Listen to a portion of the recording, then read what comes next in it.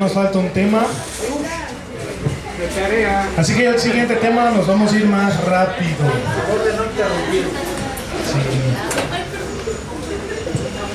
Sí, no nos cuenten sus historias mareadoras.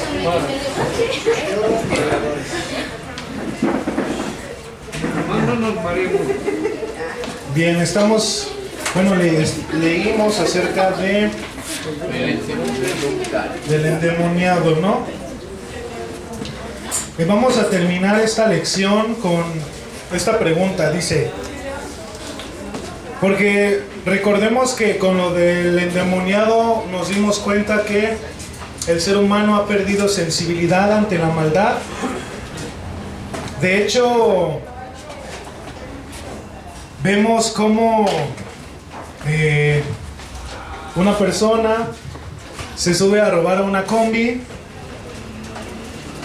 se queda solo, sin arma, y se lo empiezan a agarrar a golpes. Sacaron muchos memes de ese acontecimiento histórico que ocurrió en nuestro país. ¿Y cuál fue nuestra actitud cuando vimos esa situación? Hasta nos gozamos, qué bueno que le están dando al ratero, ¿no? Y nos damos cuenta cómo nuestra insensibilidad ante la maldad, o sea, hasta nos gozamos. O cuando hay alguien que vemos noticias, yo he visto esta semana unas noticias que ya tienen tiempo, pero pues me salen en YouTube, de cómo hay personas que quieren asaltar a otros y de repente otros y pum, pum, pum, y los matan, ¿no? A los asaltantes. Y nos gozamos y decimos, la neta, qué chido, porque se pasan de lanza esos carnales, ¿no? O sea, da impotencia cuando nos asaltan, pero de repente llega un sentimiento de qué bueno que ya le dieron cranky. ¿Por qué? Porque, o sea, no lo digo que usted, sino que ese es el corazón del ser humano. Inclusive podríamos nosotros llegar a tener ese sentimiento. Qué bueno que ya mataron a los que estaban ahí, ¿no? Vendiendo droga en Santa Inés y así. Y llega ese sentimiento, la gente tiene ese sentimiento porque ya ha sido insensible. Y lo vemos con la historia de este endemoniado que ahí lo dejaban solo, o sea, alguien lo veían y sobres. Y como decía ahorita René, ¿no? Como cristianos hemos llegado a pasar esa circunstancia, ¿no? O pasa la chava o el chavo que nos cae bien mal y va caminando nomás así bien fresa y de repente se cae y te empiezas a reír. Ándale, por creerse muy machito, ¿no? Muy machita o muy acá. Y nos damos cuenta que ya nos hemos vuelto insensibles. Porque ¿qué nos manda Jesús? Amar a nuestros enemigos, a dar la vida por ellos. ¿Quién va a dar la vida por ellos?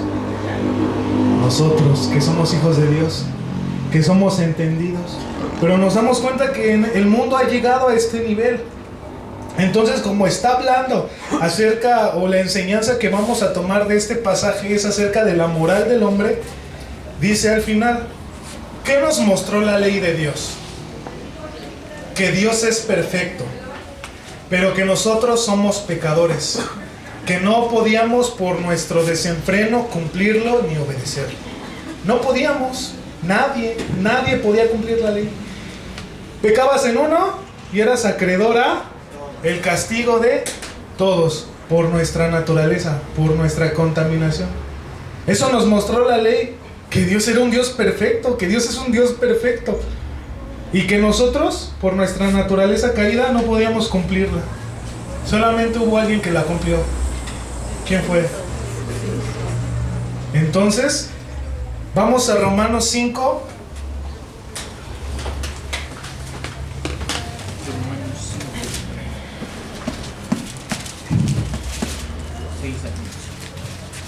Del 6 al 11 dice, porque Cristo, cuando aún éramos débiles, ¿éramos qué?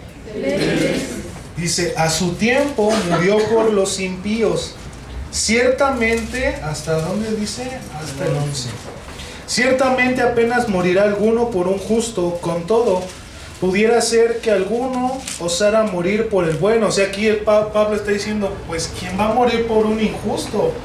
Mueres por un justo, mueres por alguien cercano, pero alguien a quien odias, a quien te está criticando, a quien está hablando mal de ti, pues no mueres. Es lo que está diciendo aquí el apóstol Pablo. Dice, después en el 8, mas Dios muestra su amor para con nosotros en que siendo aún pecadores, Cristo murió por nosotros. Pues mucho más, estando ya justificados en su sangre, por él seremos salvos de la ira. Aquí viene, que la pregunta que les hice en la primera clase. ¿De qué fuimos salvos? No del infierno, no del diablo, de la ira de Dios. Aquí lo está diciendo en Romanos, ahí está la base. Porque siendo enemigos, fuimos reconciliados con Dios. Entonces, ¿quién era nuestro enemigo?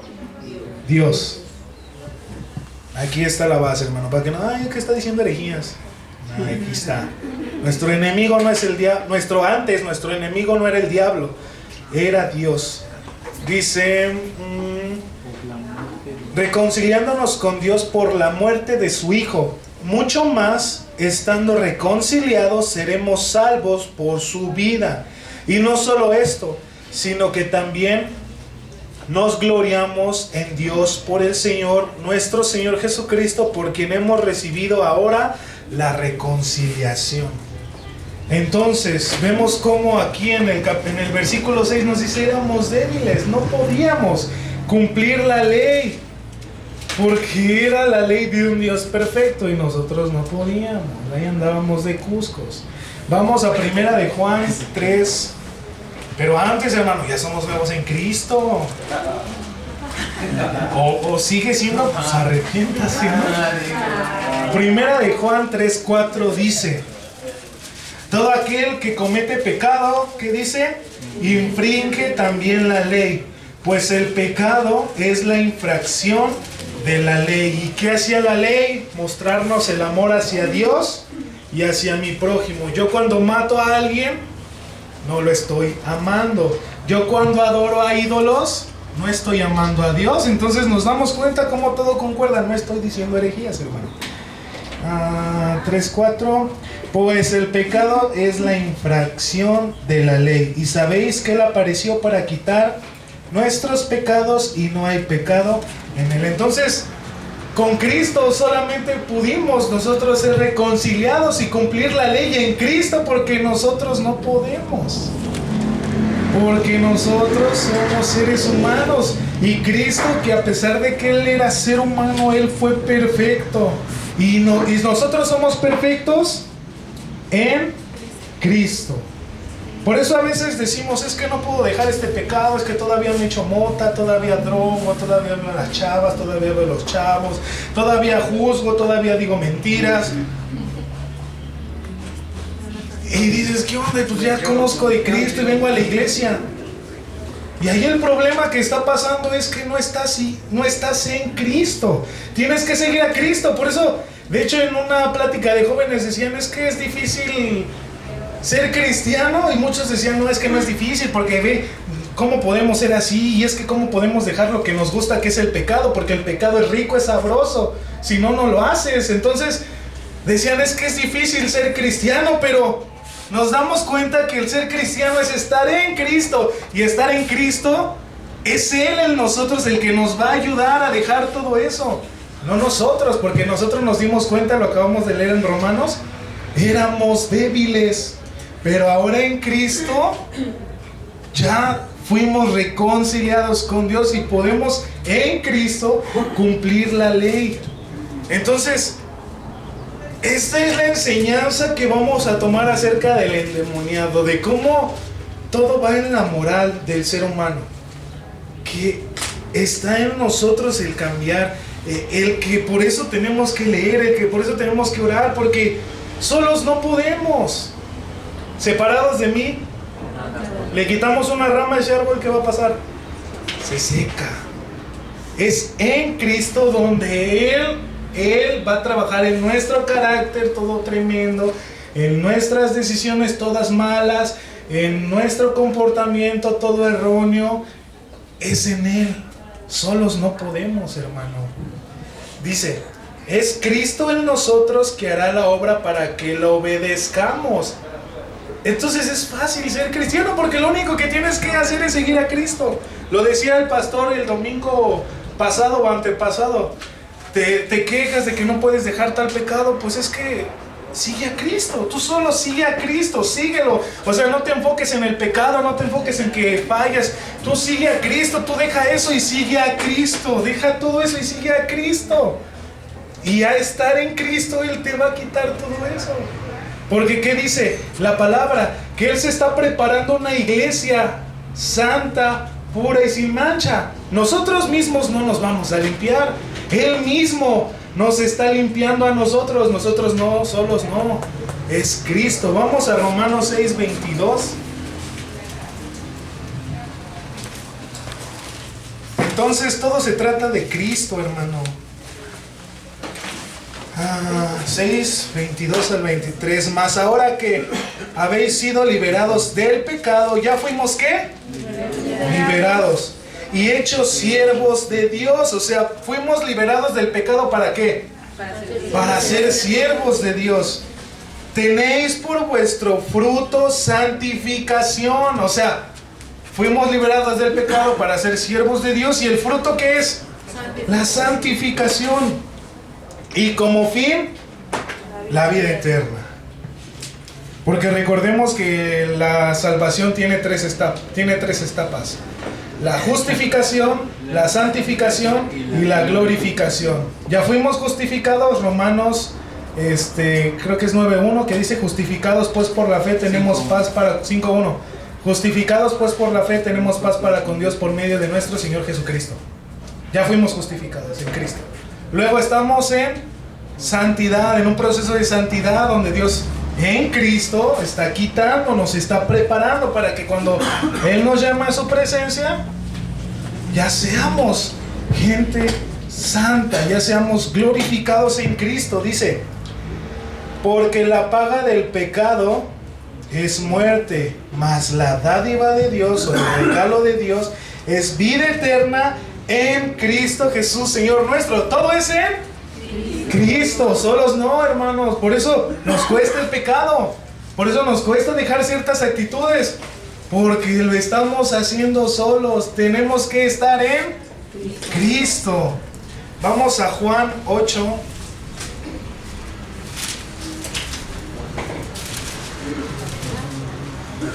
Juan 8, 31 al 32 dice: dijo entonces Jesús a los judíos que habían creído en Él: si vosotros permanecéis en mi palabra, ¿en qué vamos a permanecer?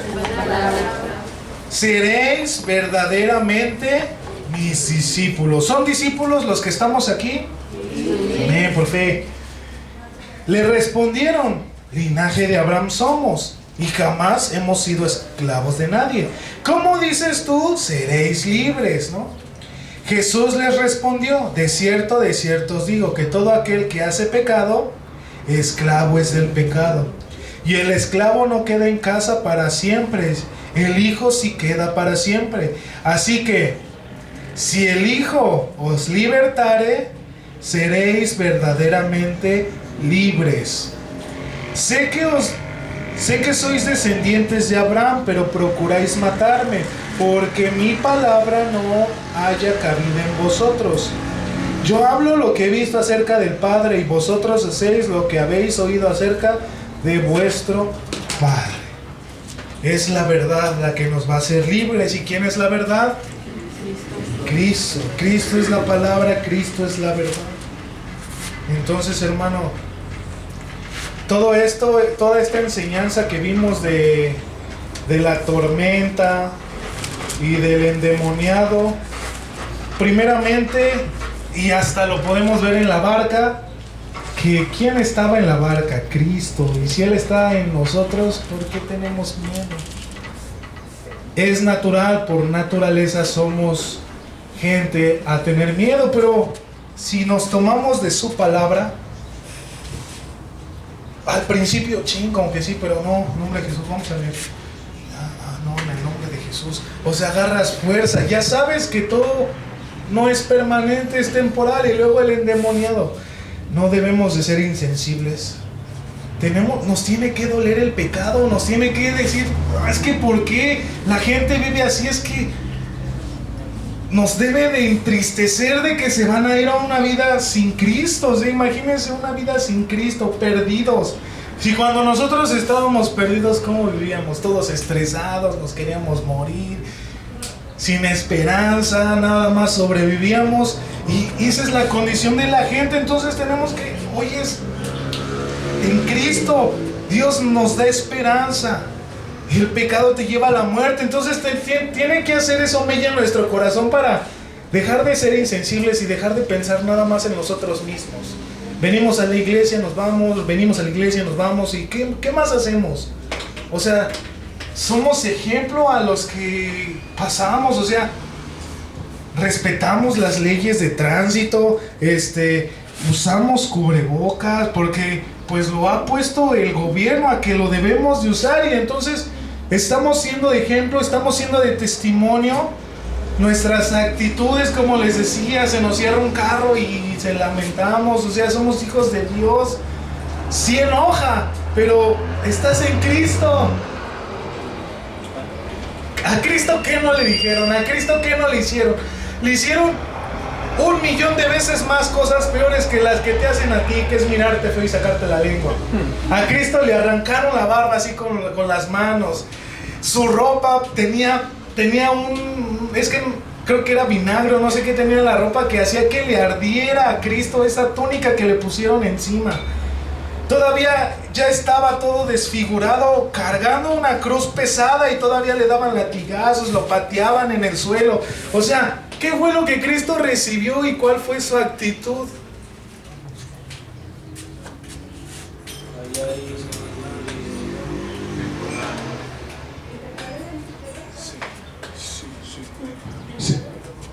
Entonces, hermano, tenemos que entender estos principios y ponerlos por obra. En práctica. Porque si el Señor nos da una palabra y nos enseña, es para que las pongamos por obra. Es como decías en la mañana en la alabanza, ¿no? Que tenemos que ser obedientes, o sea, nada más hay que poner atención.